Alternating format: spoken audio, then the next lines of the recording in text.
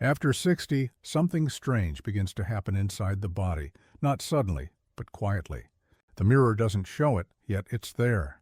Deep within, a kind of fat forms around the organs, pressing, poisoning, slowly dimming the body's rhythm. It's called visceral fat, and for years, most believed it was a natural part of aging, an unchangeable fate. But new science now tells a different story. It shows that even after 60, the body still listens. It still responds. Within just 30 days, it can begin to heal, to shed what no longer serves it. Many older adults think they need to starve or sweat through impossible routines. But the truth is simpler. Your body doesn't need punishment. It needs reactivation, like a forgotten melody waiting for the right rhythm to start again. Welcome back to Longevity Talks. I'm John, and today I'm deeply honored to sit with a living legend, Dr. Shigeaki Hinohara, one of the world's longest-serving physicians who spent over a century studying health and purpose. Doctor, thank you for being here. Thank you, John. It's a joy to share these lessons, not from theory but from life itself. You see, visceral fat isn't just about food or exercise. It's a reflection of how we live. When we rush, when we eat without gratitude, when we stop moving with curiosity, the body begins to store fear, stress, and stillness as fat. After 60, the metabolism slows not because it's broken, but because it's waiting for calm consistency again. Gentle walking after meals, breathing deeply before eating, sleeping with purpose. These small acts awaken the body's hidden intelligence. So it's not only physical change, but emotional renewal? Exactly. The body listens to the mind. If we treat food as medicine, rest as therapy, and movement as gratitude, visceral fat melts as a natural consequence of harmony. I have seen 70-year-olds reverse decades of damage simply by realigning with rhythm, eating within daylight hours, finding laughter, breathing slowly. Healing after 60 is not about fighting time. It's about listening to it. Dr. Hinohara, you often say that aging isn't a decline but a recalibration. For many people over 60, that's hard to believe. They feel slower, weaker, sometimes even invisible to the world. What does recalibration really mean for the human body at this stage of life? John, when I say recalibration, I mean that the body doesn't stop. It simply changes how it communicates.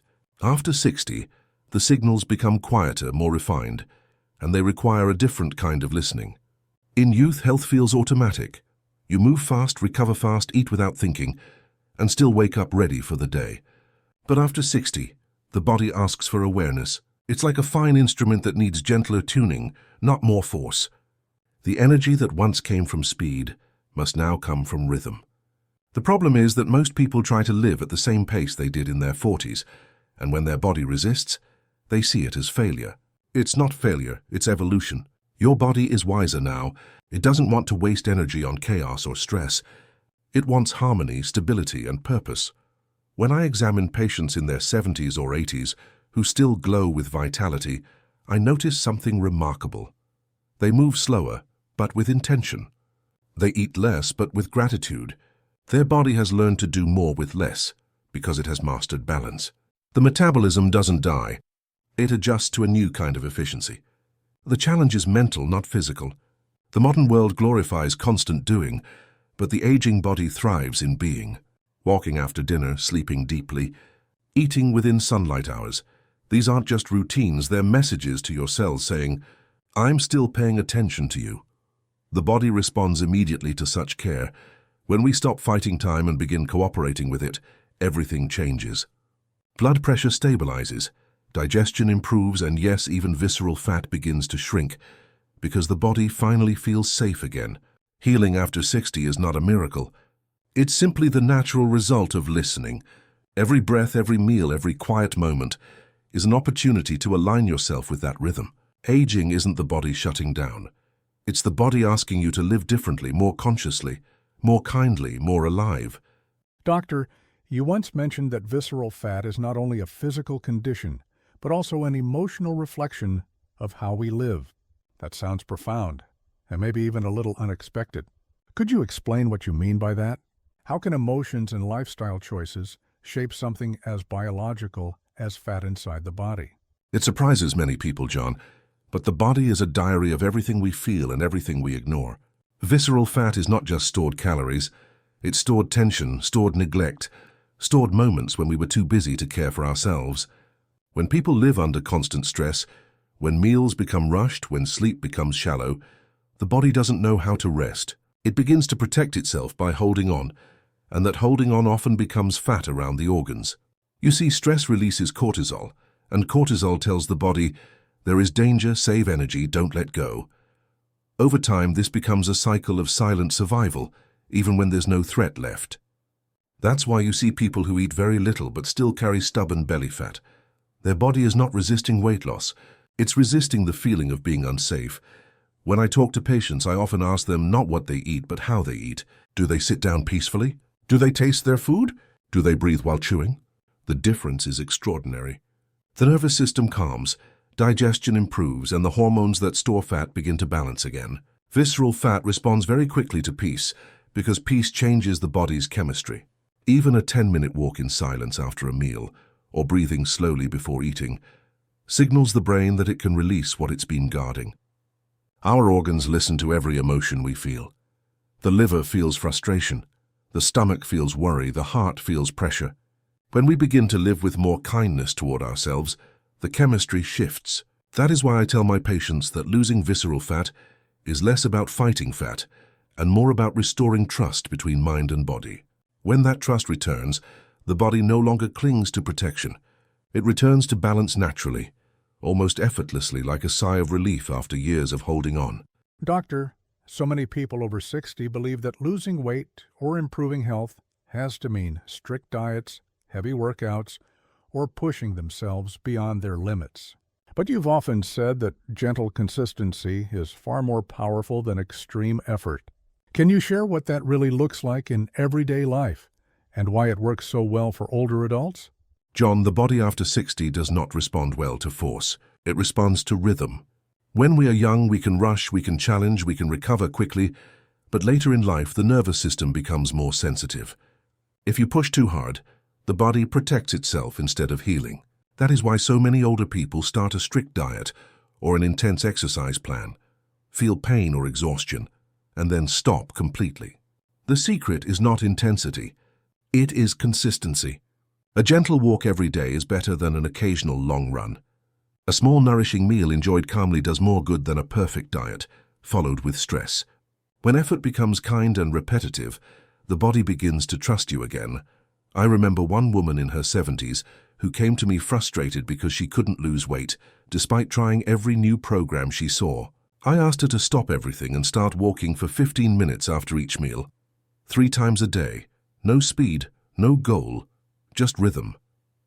Within 2 months, not only did her visceral fat begin to drop, but her sleep and digestion improved dramatically. Her body wasn't lazy, it was overwhelmed. Once she stopped fighting it, it began to respond immediately. Gentle consistency lowers cortisol, regulates insulin, and restores energy balance. That is the true science behind slow progress. The older body does not need more pressure.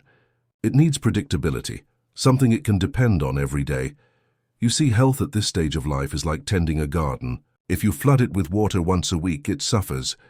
But if you give it a little care every day, it flourishes quietly. The same principle applies to movement, food, and rest. The goal isn't perfection, it's partnership. A steady, respectful dialogue with your body. And when that relationship becomes peaceful, healing happens almost automatically, without struggle, without fear, just the natural return of balance. Doctor, you've often said that the body listens to the mind, that every thought and feeling leaves a trace inside us. For many people, that sounds almost poetic, but you speak about it as medical truth. How does the way we think or feel actually influence something like visceral fat or overall health? John, it's not poetic at all. It's physiology. Every emotion you feel changes your chemistry in real time. When you're anxious, the body releases cortisol and adrenaline. When you're peaceful, it releases serotonin and oxytocin. Over years, these tiny changes create completely different landscapes inside the body. Visceral fat, for instance, isn't only about excess calories, it's often about the body's long-term reaction to stress. When the mind is trapped in worry or anger, The body goes into protection mode, thinking it must prepare for danger. It stores energy in the safest place, around your organs. It's trying to help you survive, not realizing that the threat is emotional, not physical. When people shift their mindset, when they start treating food with gratitude, taking time to laugh, walking not to burn calories but to enjoy the air, the nervous system calms, digestion improves, and the fat-storing hormones begin to fall. I've seen this in patients who changed nothing in their diet, but everything in their attitude. They began eating slowly, turning off the television, thanking their food. Within weeks, inflammation markers dropped, and their midsection softened. This is because the vagus nerve, the great communicator between brain and organs, activates when you're relaxed. It tells your liver, your gut, your heart, we are safe now. And when the body feels safe, it stops hoarding. It's also why loneliness or constant worry in older adults leads to weight gain even when they eat very little. The body mirrors emotion. But the opposite is also true. Joy, connection, curiosity, they melt tension faster than any medicine I've prescribed. The healthiest older adults I know all share one thing. They find meaning every day. They laugh, they stay curious, they connect. Their bodies are lighter because their hearts are lighter. Healing begins the moment your thoughts stop attacking your body and start befriending it again. The mind speaks, the body listens. And when both are in harmony, health returns quietly, naturally, without effort.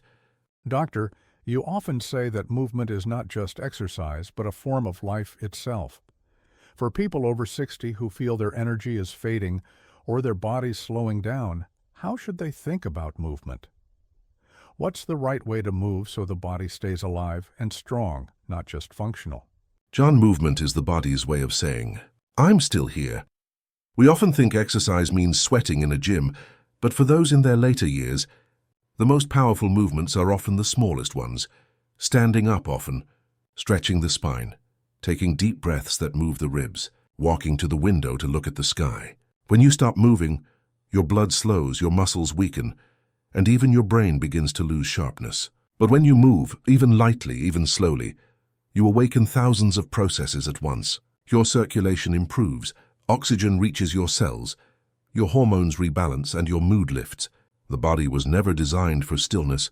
Every cell inside you is in motion, and when your outer life mirrors that inner rhythm, vitality flows naturally. Many of my patients believed they were too old to start moving again, but I always tell them, the body remembers. It doesn't care how old you are. It only cares that you move today. One woman in her 70s began walking around her garden every morning, just 10 minutes at first. Within a month, her blood sugar dropped, her back pain eased, and she told me she began dreaming again because even her brain felt more awake. Movement nourishes not only muscles but imagination. When you walk, your mind breathes with your body, and you start seeing possibilities instead of limitations. That's the real purpose of movement, and it's not about punishment or discipline. It's about gratitude, saying thank you to your body by using it. When you move with intention, you tell your heart and your lungs, you still have a job to do. I often say move like you're greeting life again. Lift your arms as if you're reaching for the sun. Bend slowly, breathe deeply, smile while you move. That simple joy keeps the body young. Because aging is not the end of movement, stopping is. As long as you keep moving, you keep living. You know, listening to you, Doctor, I'm reminded that health isn't built in hospitals. It's built in moments, in how we breathe, how we move, how we think. It's not just about living long, it's about living awake. Yes, John, every day is a small miracle. We cannot stop time, but we can walk beside it gracefully. Take care of your body as if it were a dear friend.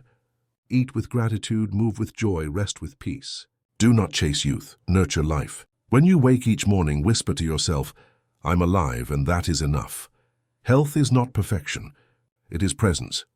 And longevity is not measured in years, but in how deeply you live each day. Beautiful words, Doctor. If this conversation touched your heart, subscribe and keep walking this journey of mindful living with us.